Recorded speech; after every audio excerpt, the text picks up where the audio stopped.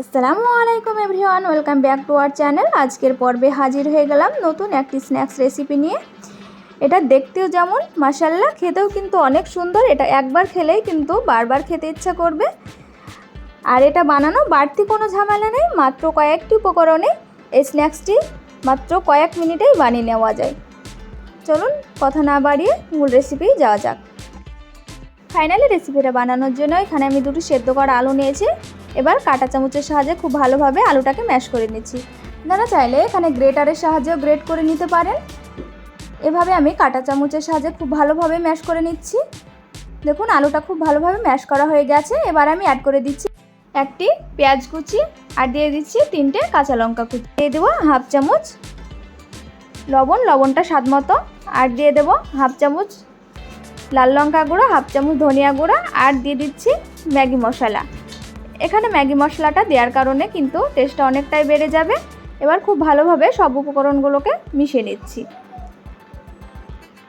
সব উপকরণগুলো খুব ভালোভাবে মেশানো হয়ে গেলে এতে আমি অ্যাড করে দিচ্ছি হাফ কাপ ময়দাটা দিয়ে একটি স্মুথ ডো তৈরি করে নেব। দুটো আলুর জন্য আমার হাফ কাপ ময়দাই লাগবে। আপনারা আলুর পরিমাণটা বুঝে ময়দাটা ব্যবহার করবেন। দেখুন এরকম একটি স্মুথ আমি ডো তৈরি করে নিলাম। অবশ্যই কিন্তু এরকম একটি স্মুথ ডো তৈরি করে নেবেন। এবার আমি একটি বোটের উপরে রেখে উপরে ময়দা ছিটিয়ে ডোটাকে আমি 4 কোণা শেপ দিয়ে নেব। দেখুন আমি 4 কোণা শেপ দিয়ে নিয়েছি। এবার চারিপাশটা যেন ফেটে না যায় সেদিকে খেয়াল রাখতে হবে।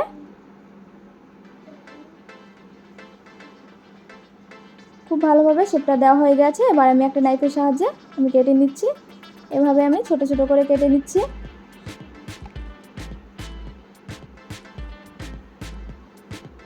এবার একটি টুকরো তুলে আমি খুব ভালোভাবে রোল করে নেব।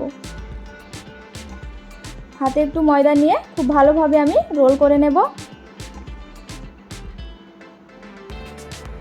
খুব ভালোভাবে কিন্তু এভাবে রোলটা করে নেবেন যেন ফেটে না যায়, চারি সাইডটা যেন খুব স্মুথ হয়। এভাবে খুব ভালোভাবে দেখুন আমি রোল করে নিয়েছি। এভাবে বাকিগুলো আমি রোল করে নেব।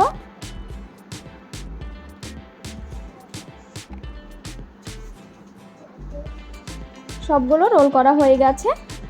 এবার আমি নিয়েছি এখানে নুডলসগুলোকে আমি খুব ভালোভাবে কুচিয়ে নিয়েছি। এবার এতে আমি কোট করে নিচ্ছি। নুডলসের ওপর এভাবে আমি চারি সাইডটা ঘুরিয়ে ঘুরিয়ে কোট করে নেব। দেখুন ভালোভাবে কোট করা হয়ে গেছে। বাকিগুলো এভাবে আমি কোট করে নেব।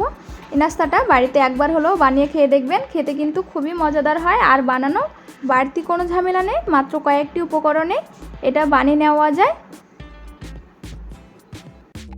দেখুন সবগুলো আমার বানিয়ে নেওয়া হয়ে গেছে। এবার আমি চুলায় একটি প্যানে তেল গরম করে নিয়েছি। তেলটা কিন্তু খুবই হাই হিটে আমি গরম করে নিয়েছি।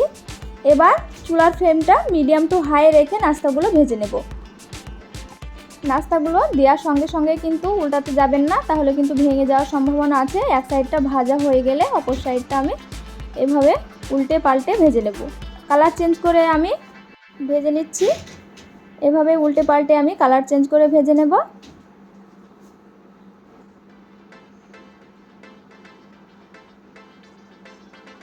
দেখুন খুব ভালোভাবে কালার চেঞ্জ করে আমি ভেজে নিয়েছি।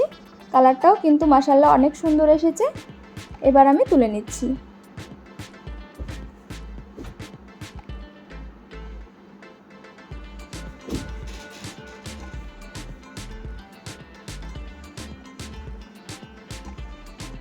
নাস্তাগুলো তুলে নিলাম। এবার আমি বাকি নাস্তাগুলো ভেজে নিচ্ছি। এই পর্যায়ে আপনাদের কাছে ছোট্ট একটি অনুরোধ, যারা আমার ভিডিওটা দেখছেন কিন্তু এখন পর্যন্ত আমার চ্যানেলটা সাবস্ক্রাইব করেননি, প্লিজ আমার চ্যানেলটা সাবস্ক্রাইব করবেন আর আমাকে বেশি বেশি করে সাপোর্ট করবেন। আর ভিডিওটা কেমন লাগলো অবশ্যই কমেন্টে জানাবেন, আর অবশ্যই একটি লাইক করবেন। দেখুন কথা বলতে বলতে আমার বাকি নাস্তাগুলো ভেজে নেওয়া হয়ে গেছে। এবার আমি তুলে নিচ্ছি।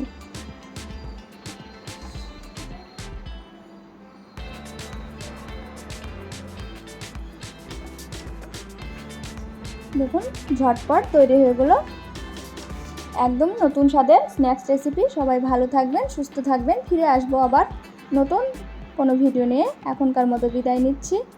আল্লাহ হাফেজ।